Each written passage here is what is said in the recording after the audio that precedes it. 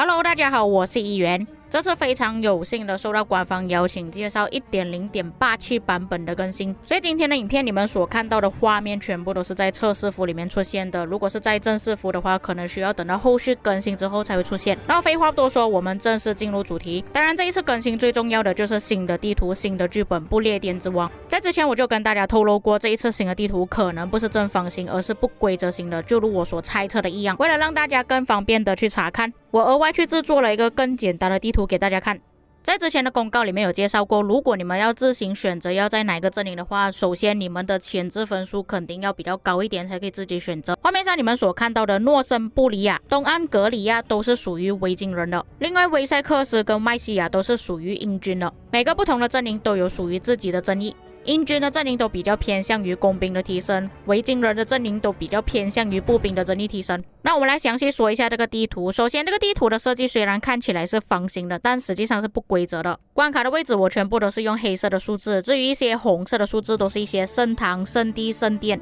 那我们先说一下这个地图的走向还有发展。首先，我们要走出去的关卡肯定是关卡4，在走出去之后会跟相邻的阵营开始打起来。不过就算区域5没有拿下的话，依然还是可以走到黄庭的，只是如果你们没有拿到区域5的话，就会缺少这些技能。里面有包括2个行军速度提升 10% 的堡垒，还有一个所有伤害提升 3% 的堡垒。但是堡垒的争议是没有办法叠加的，也就是说，如果你们没有拿下区域5的话，就会少了一个所有伤害提升 3%， 还有行军速度提升 10%。再加上区域5里面呢，其实是有4个驻地的。虽然在这个剧本中是没有驻地技能的，但是你们少做了4个驻地的任务，变成你们的水晶增长速度会稍微慢一点。接着就是轮到关卡5开放，开放之后是不会发生战斗的。进入到区域6里面之后，也是一样会有4个驻地，还有3个修道院，降低受到的反击伤害提升 10%， 行动力恢复提升 20%， 治疗速度提升 30%， 医院容量提升 10%， 所有伤害提升 3%， 集结部队容量提升 10%。 进入第6区域是确保我们每一个阵营是能够碰到黄庭的，但是进入这个区域也不是完全没有事情做。等到关卡6开放的时候，我们就要进入打黑暗祭坛。到了关卡7开放的时候，我们就要走去隔壁的阵营，然后轮到关卡8开放的时候，我们就可以进入黄庭了。但是在这个地图上，圣城不叫圣城，黄庭不叫黄庭，圣城变成绍斯维尔大教堂。会更改这个名字也是为了剧本而设计的，就有点像奥尔良之围，也是把名字改成奥尔良之城。黄庭的名字也变成诺丁汉。这样感觉下来，这个地图好像跟之前的英雄战歌没有什么差别，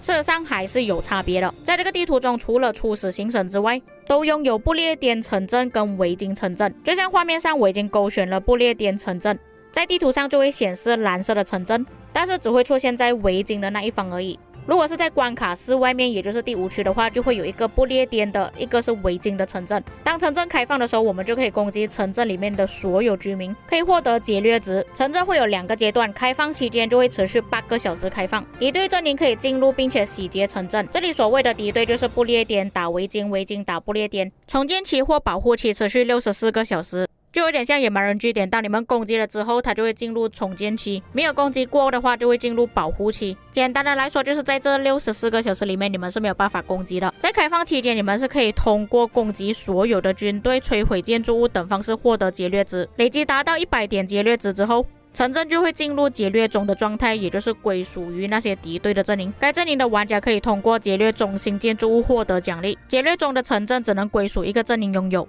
如果有其他的阵营进入到该区域，就会中断劫掠状态，变成争夺中的状态。在争夺中的时候是没有办法获得任何奖励的，直到区域里面不存在其他非归属阵营的部队，城镇才会恢复劫掠中的状态。要注意的一点就是非归属阵营的玩家无法领取任何劫掠奖励。在重建期或者是保护期的时候，城镇无法进入，直到该阶段结束重新开放为止。每次开放期间内，玩家最多可以获得2个不同城镇的奖励各一次。在前面有跟大家介绍过，这个地图上是有分成维京阵营还有不列颠阵营。属于维京阵营的玩家在所有城镇范围内攻击力提升 2%， 属于不列颠阵营的玩家就会在所有的城镇范围内提升防御力 2%。 所以在开放时候，这边全部居民的城市大家都可以攻击，还有中间也可以获得奖励。不列颠城镇和维京城镇的外观有一点不太一样，不列颠的城镇大多数都是用瓦砖建造成的房子，维京城镇大多数都是使用木头或者是一些帐篷而已，这个也算是设计上的一些小细节。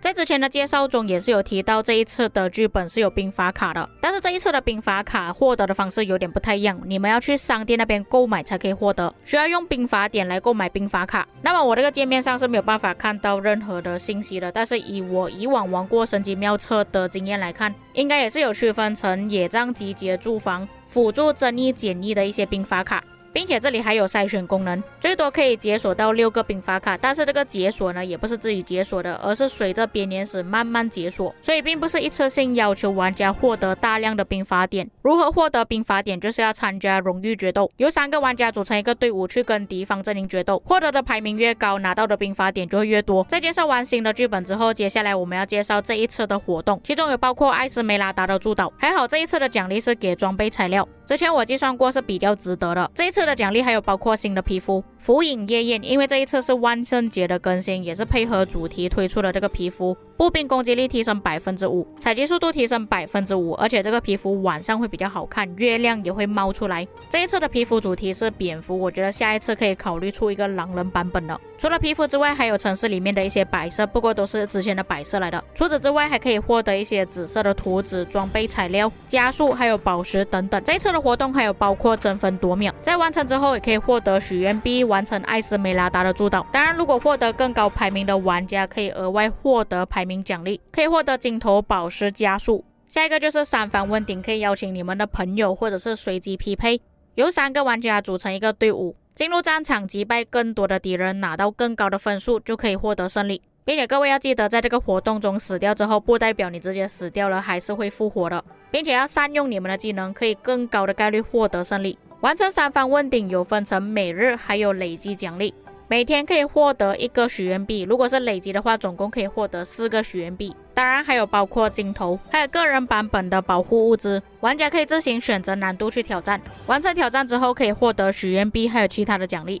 当然如果想要获得更多的许愿币，就可以完成艾斯梅拉达的收藏，持续5天的任务，总共可以拿到18个许愿币。至于接下来的介绍呢，其实是根据新的剧本一起推出的，其中一项就是诸神启示，每一天可以进行3次，这个有点像占卜，需要玩家的执政厅到达10等级以上才可以参加，到达累积参与次数就可以获得右上角的宝箱奖励，首次分享活动结果可以额外获得奖励。这里就演示给大家看是怎样玩的。 OK， 这里它有出现几个问题，这边可以选择你们想要去问的问题，然后进行下一步。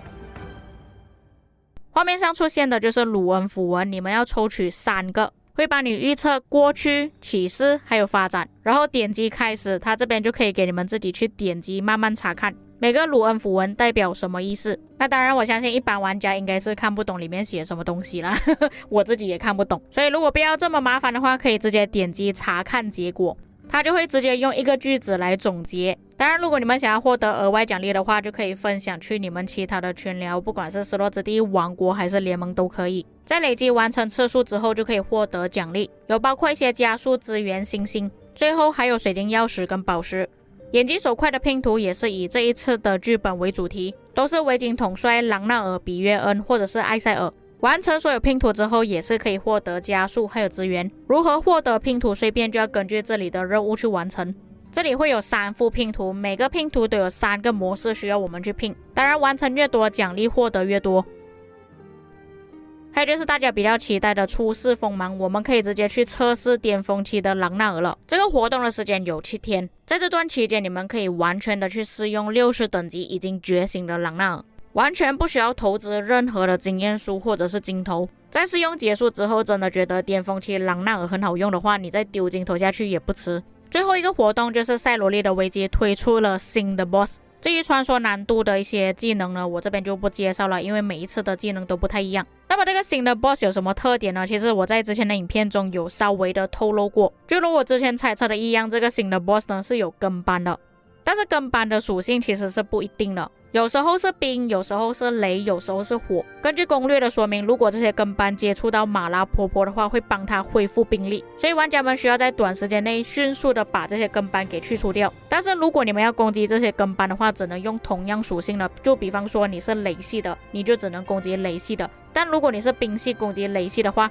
那么你自己也是会受到伤害，并且根据技能说明，这个伤害系数是有6000的，是非常痛的。并且从画面上你们可以看到马拉婆婆的攻击范围就是一个伞形范围，但是如果马拉婆婆的兵力下降的时候，它的伞形范围就会变得越来越大，伤害系数2000。除了伞形范围攻击之外，还有十字的巨型攻击。当然要出现那个攻击之前呢，会有一个警告，玩家看到警告之后可以及时闪避。但是最重要的一点就是大家要记得，一定要用同样类型的药剂去攻击，这样可以让马拉婆婆受到的伤害提升，让它造成的伤害下降。最后就是你们挑战这个 boss 的时候不要超过7分钟，否则你的队伍就会瞬间死掉。再来 SP 朗纳尔的技能在之前就已经有介绍过了，这边就不多做说明。现在要说的就是公告里面有提到的更新，像画面上朗纳尔的位置非常低，我要把它设置成常用统帅，点击右上角的星星它就会跳上去了，这样就可以更方便玩家去操作，不管是更换装备军器还是点选天赋都可以，并且不是只有在统帅界面上有受到影响而已，在队伍派遣界面上也是可以看到，可以让玩家更快速的去选择自己常用的统帅。下一个是休假券，如果你是国王的话应该要怎么做？你要点选玩家的城市，点击王国战利品的界面，然后把这个休假券给这位玩家，就是这么简单而已。然后负责领取的玩家，你只是需要打开账号按接收就可以了。当然如果你不想要被强制休假的话，也是可以退回去的。那从画面上我们可以看到最多是可以收集10个，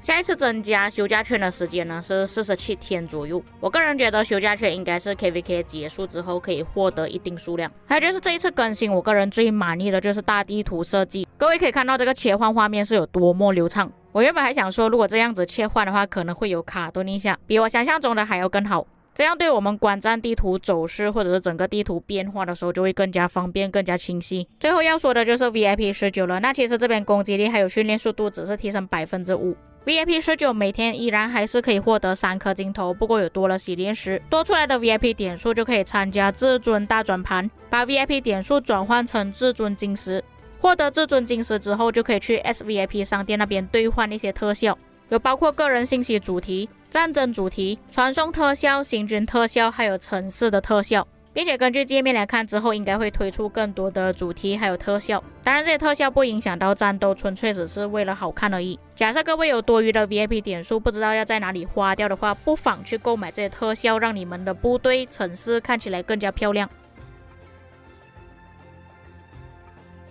最后就是 VIP 商店啦，如果你们提升到 VIP 19的话，每个星期可以购买10颗洗炼石，每一次600颗宝石。假设是 SVIP 的玩家就可以购买自选阵型宝箱，每个星期可以买7个，一个需要消耗1200颗宝石。当然也会有专属的 SVIP 商店，就是购买一些特效之类的。以上就是 1.0.87 版本的更新内容抢先看，至于各位有什么看法可以在评论区给我知道，我们下个影片再见。